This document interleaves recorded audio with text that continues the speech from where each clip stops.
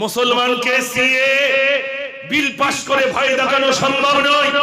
আমি সোশ্যাল মিডিয়ার মাধ্যমে বলছি, এনআরসির ভয় দেখিয়ে মুসলমানকে রোখা যাবে না, সিএ এর ভয় দেখিয়ে মুসলমানকে গুটিয়ে রাখা যাবে না। মুসলমানকে ভাই আমার ওয়াকফ সম্পদ লুটবার ফন্দি নিয়ে মুসলমানকে গুটিয়ে রাখা যাবে না। মুসলমান যদি জেগে ওঠে ইনশাআল্লাহ মাসলাত কেঁপে যাবে, জিহাদ করে যাবে, সেদিন মুসলমান আবার রাজত্বের আসরে বসবে ইনশাআল্লাহ।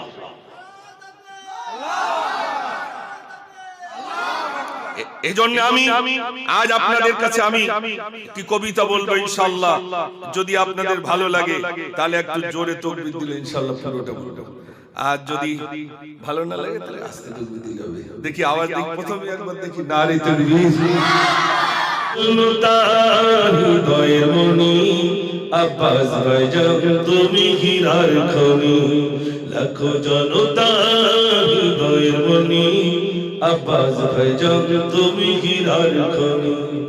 তুমি আছো বাংলার বীরের জঙ্গল, হাসি মুখে নিয়ে তুই সোয়ালে তাগর, কি জাদু মায়া দিয়ে জোড়াল শুনি আব্বাস ভাইজান তুমি হীরার খনি, আব্বাস ভাইজান তুমি হীরার খনি, লাখো জনতা হৃদয়ের মনি আব্বাস ভাইজান তুমি হীরার খনি। আমরা মুসলমান, আমরা সরকারের চেয়ার নাড়িয়ে দিতে পারি ইনশাআল্লাহ, ঠিক কি না ভাই? এজন্য আগামী দিনের জন্য এখন থেকে সচেতন হতে হবে। তাই আমার সেই গজলটা আপনাদের কাছে বলার আগে সবাইকে একবার তাকবীর ধ্বনি দিতে বলছি, নারে তাকবীর। সবাই মিলে গান, নারে তাকবীর।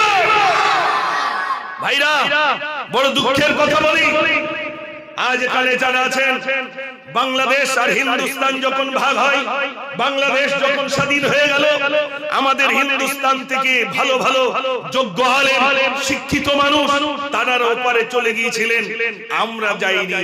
কেন যাইনি? কি কারণে যাইনি? আমাদের পূর্বপুরুষরা জাননি কেন?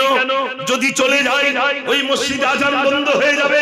যদি বাংলাদেশ চলে যায়, আমার কবরের, আমার বাপ মায়ের কবরের পাশে গিয়ে আমি আর দুটো হাত তুলে জিয়ারত করতে পারবো না, আমার আব্বার কবরটা আমি দেখতে পারবো না, আমার মায়ের কবরের ধারে যেতে পারবো না, আমার সবকিছু চলে যাবে। আমার বাপ আর মা যেমনি হিন্দুস্তানের মাটিকে মহব্বত করে এই মাটিতে দাফন হয়েছেন, এই মাটিতে শুয়েছেন, আমিও শত বাধা উপেক্ষা করে আমার উপরে যদি জুলুম আসে, নির্যাতন আসে, বন্দুকের গুলি আসে, আমার জীবনটাও দিয়ে দিয়ে হিন্দুস্তানের মাটিকে পবিত্র মনে করে এখানেই আমি শুয়ে যাব ইনশাআল্লাহ। আমাদের পূর্বপুরুষরা এভাবেই নিজেদের জীবনটা ভাইরা আমার এই জমিনে রেখেছেন, আমরা হিন্দুস্তানের মাটিতে রাখতে চাই ইনশাআল্লাহ, ঠিক কি না ভাই? অতএব ঘাবড়াবেন না আপনারা, বন্ধুরা ঘাবড়াবেন না। মুসলমান অত সহজে পিছপা হয় না। মুসলমানকে সিএ বিল পাস করে ভয় দেখানো সম্ভব নয়। আমি সোশ্যাল মিডিয়ার মাধ্যমে বলছি, এনআরসির ভয় দেখিয়ে মুসলমানকে রোখা যাবে না, সিএ এর ভয় দেখিয়ে মুসলমানকে গুটিয়ে রাখা যাবে না। মুসলমানকে ভাই আমার ওয়াকফ সম্পদ লুটবার ফন্দি নিয়ে মুসলমানকে গুটিয়ে রাখা যাবে না। মুসলমান যদি জেগে ওঠে ইনশাআল্লাহ মাসলাত কেঁপে যাবে, জিহাদ করে যাবে, সেদিন মুসলমান আবার রাজত্বের আসরে বসবে ইনশাআল্লাহ।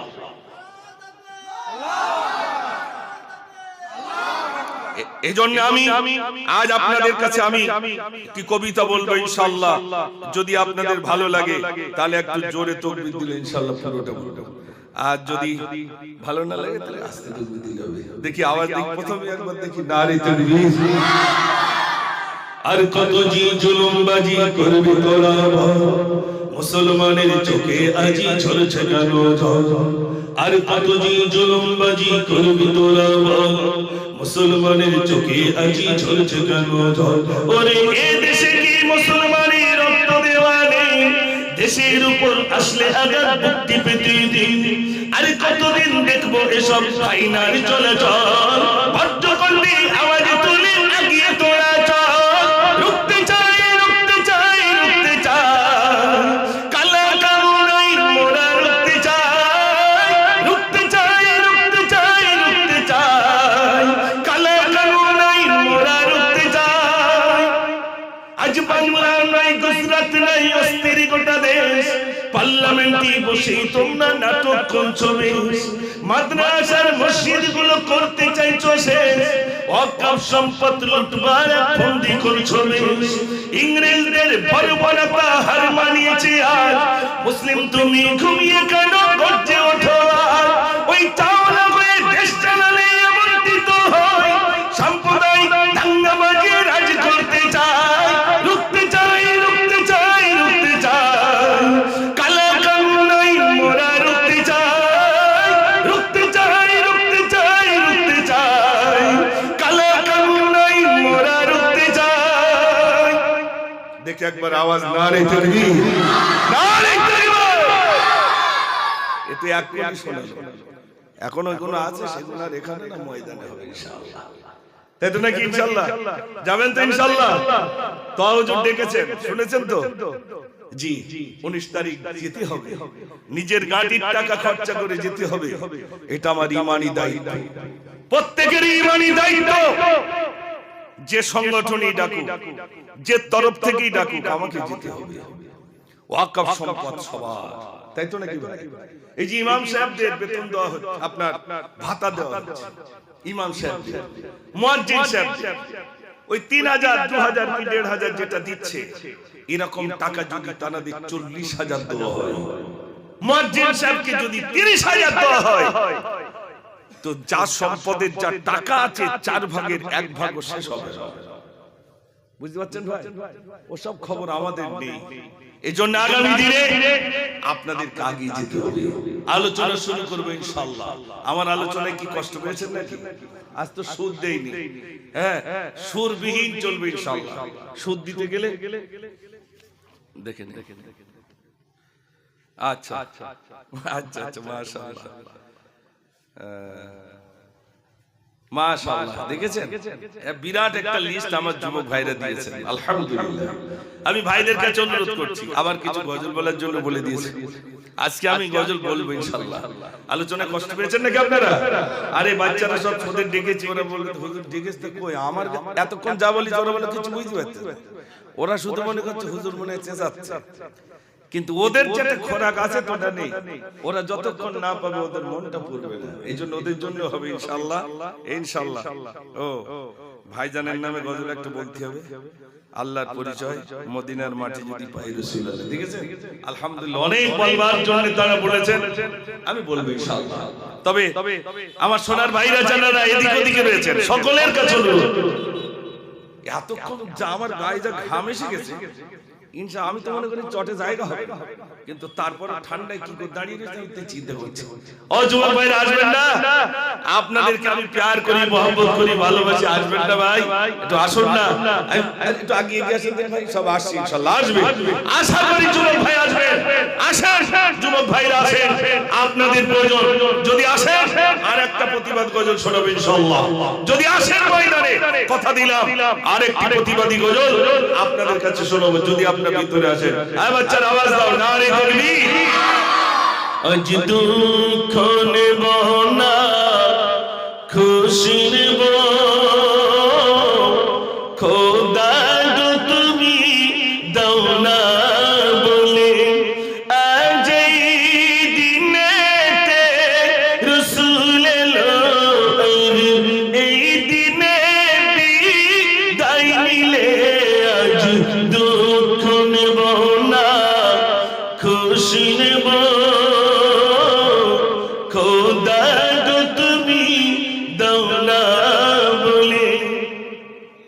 সৃষ্টির প্রথমে সৃষ্টি যিনি, আর সে মওলাই রেখে তারে বিশ্ব নিখিলে জানিয়ে দিল।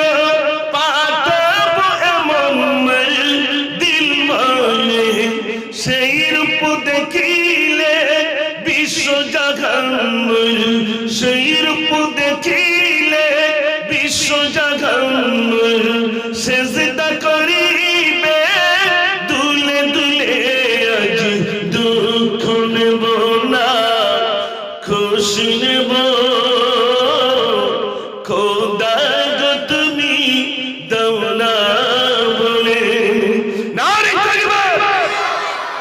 আমার সোনার ভাইরা, আপনারা দেখেছেন ফিলিস্তিনের মুসলমান বাইতুল মুকাদ্দাসকে রক্ষা করার জন্য নিজের সামনে নিজের সন্তান চটপট করে শহীদ হয়ে গেছে, বিবি শহীদ হয়ে গেছে, সব শহীদ হয়ে গেছে, নিজে একা বেঁচে আছে, হাতটা নেই। তারপরে বলছো আল্লাহ বাইতুল মুকাদ্দাস জেরুজালেম ওই ফিলিস্তিনের বুকে ইহুদিরা যেভাবে ঘেরাও করে রেখেছে, আল্লাহ সব শহীদ হয়ে যাবে। আমি যতক্ষণ বেঁচে রয়েছি ওই বাইতুল মুকাদ্দাসকে রক্ষা করার জন্য লড়ে যাব, তাতে আমার সব চলে যাবে, কিন্তু বাইতুল মুকাদ্দাসকে রক্ষা করব ইনশাআল্লাহ। একটু জোরে বলুন সুবহানাল্লাহ। সোশ্যাল মিডিয়ায় দেখেননি কামান ক্ষেপণাস্ত্রগুলো পড়ছে, ঘরগুলো ধূলিসাৎ হয়ে যাচ্ছে, ছোট্ট ছোট্ট বাচ্চাগুলো ছুটছে, ছোট্ট বাচ্চা মাটির তলে পড়ে গিয়ে তারা শহীদ হয়ে গেছে। বিবিকে খুঁজে পায় না, কাউকে খুঁজে পায় না, গ্রাম কি গ্রাম শেষ হয়ে গেছে। তারা কি দেশ ছেড়ে চলে গেছে? ভাই জোরে বলে, দেশ ছাড়বো না, বাইতুল মুকাদ্দাসকে রক্ষা করব, সব চলে যাবে কিন্তু বাইতুল মুকাদ্দাসকে রক্ষা করব। ওগুলো দেখে আমাদেরকে শিক্ষা নিতে হবে।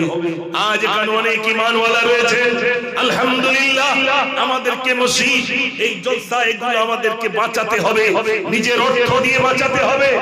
বিশ্বাস করুন, আমার কি বলবো আপনাদের কাছে, যারা ইসলামের জন্য জীবন দিয়েছেন, যারা নিজের ইসলামের জন্য নিজের সমস্ত সম্পদগুলো বিলিয়ে দিয়ে গেছে, আমাদের পূর্বপুরুষরা তারা 1 শতক জমিও নিজের জন্য রাখেননি, বরং সমস্ত সম্পদটাই এই কওমের স্বার্থে, এই জাতির স্বার্থে তারা সব ওয়াকফ করে দিয়ে গেছে। একটু জোরে বলবেন না সুবহানাল্লাহ। এগুলো দেখে আমাদের শিখতে হবে না? হবে না?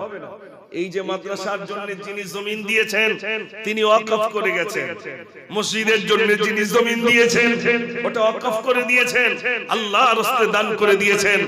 আমাদেরও আল্লাহর রাস্তায় দান করা লাগবে, আল্লাহর রাস্তায় দিতে হবে। নিজের গাটির টাকা খরচা করে প্রতিবাদ করতে হবে, ওই প্রতিবাদই তো হবে ঈমানি শক্তি। অন্যের টাকায় গেল, নিজের টাকায় এগিয়ে যাব, সন্তানগুলোকে এগিয়ে দেব। শোনেন, আপনারা হিন্দুস্তানের পতাকা যিনি উঁচু করেছিলেন 15ই আগস্ট, মাতঙ্গিনী হাজরা থেকে শুরু করে কবি নজরুল ইসলাম, রবীন্দ্রনাথ ঠাকুর, এইরকম কিছু মানুষের ভাইরা আমার ছবি আমরা লাগিয়ে দিই। আর বিশেষ করে আমরা বলি যে এনারা এই দেশ স্বাধীন করেছেন। শুনে নেন, ওটা তো দেশ স্বাধীনের কথা গেল, তবে একটা কথা বলি, ইসলামের ঝান্ডাকে উঁচু করেছিলেন। শুনে নেন, হযরত আব্দুর রহমান বিন আউফ তিনি বর্ণনা করেন, আল্লাহর নবী সাল্লাল্লাহু আলাইহি ওয়াসাল্লাম বলেছিলেন, ও জাফর যাও, আমি তোমাকে সেনাপতির দায়িত্ব দিলাম। জাফর বিন আবু তালিব ছিলেন যুবক, ময়দানে চলে গেলেন, বিবিকে বলে গেলেন, বিবি আমি যাচ্ছি জিহাদের ময়দানে, আর হয়তো ফিরবো না। বিবি বললেন, প্রাণের স্বামী ঘরের ভিতরে আসলে আপনার সঙ্গে আমার একটি ভাব বিনিময় হবে, একটু আসুন ঘরের ভিতরে। স্বামী বললেন, না, যদি ঘরের ভিতরে ঢুকি তোমার প্রেমে পড়ে গেলে আমি আর জিহাদের ময়দানে যেতে পারবো না। আমি, শোনো বিবি, আমি চলে যাচ্ছি, আমার দুটো সন্তানকে রেখে গেলাম, আমি যে রাস্তায় জান দিতে যাই আমার দুটো সন্তানকে ওই রাস্তার পথিক বানিও। একটু জোরে বলুন না সুবহানাল্লাহ। তিনি চলে গেলেন ময়দানে। হযরত আব্দুর রহমান বিন আউফ তাকে জিজ্ঞাসা করছেন, ভাই আমার নাকি এখন জান্নাতের সুঘ্রাণ আমি পাই, আল্লাহর নবীকে বলে দিও জাফরের হাত কেটে নিয়েছে, জাফরের পা কেটে নিয়েছে, জাফরের মাথা কেটে নিয়েছে, জাফরের ধড় কেটে নিয়েছে, ইসলামের পতাকা মাটিতে ফেলতে দেয় নাই। হযরত আব্দুর রহমান বিন আউফ তিনি দেখছেন ময়দানে ঝান্ডা উঁচু কেন, তিনি আগিয়ে গেলেন, গিয়ে দেখছেন জাফরের দুটো হাত কাটা একদিকে পড়ে, দুটো পা কাটা একদিকে পড়ে, এই ধড় কাটা একদিকে পড়ে, আর একদিকে শুধু মাথা কাটা।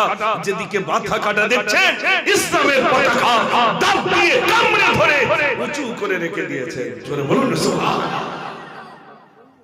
তিনি ছিলেন যুবক জাফর বিন আবু তালিব, মাথা কাটা, ঝান্ডা মাটিতে ফেলতে দেয় নাই। ও সোনার ভাইরা, সেই ইসলাম আজ আমরা পেয়েছি। সাহাবায়ে কেরাম আজমাইনগণ তাদের অনেক কুরবানির বিনিময়ে লক্ষ লক্ষ আলেম নিজের জীবনটা দিয়েছে, তবেই আজ আমাদের মাথায় টুপি উঠেছে, তবেই মুখে দাঁড়িয়ে এসেছে, তবেই আমরা ইসলাম পেয়েছি। ইসলামের জন্য অনেক রক্ত দিয়েছেন, ঠিক কি না ভাই? সাহাবায়ে কেরাম আজমাইনগণ অনেক রক্ত দিয়েছে, অনেক রক্তের বিনিময়ে ইসলাম আজ আমাদের কাছে পৌঁছেছে। আমার সোনার ভাইরা, রাসূল সেদিন বলেছিলেন, বল্লিগু আন্নী ওয়ালাউ আয়া, আমার পক্ষ থেকে যতটুকু তোমরা শিখেছো, যতটুকু জেনেছো, এটাই মানুষের কাছে পৌঁছে দাও। সাহাবায়ে কেরাম আজমাইনগণ নিজের ঘোড়া যেদিকে ছিল তিনি সেই দিকে ফিরে ইসলামের দাওয়াত দিতে চলে গিয়েছিলেন। নিজের ছেলে, নিজের মেয়ে, নিজের জমি সমস্ত কিছু ত্যাগ করে ইসলামকে জিন্দা করার লক্ষ্যে ময়দানে নেমেছিলেন। আজ এখানে অনেক ভাইরা এসেছেন, আলহামদুলিল্লাহ। আগামী দিনে এই জলসা যদি এখন বন্ধ হয়ে যায়, এই কথাগুলো আর শুনতে পেতাম না। জলসা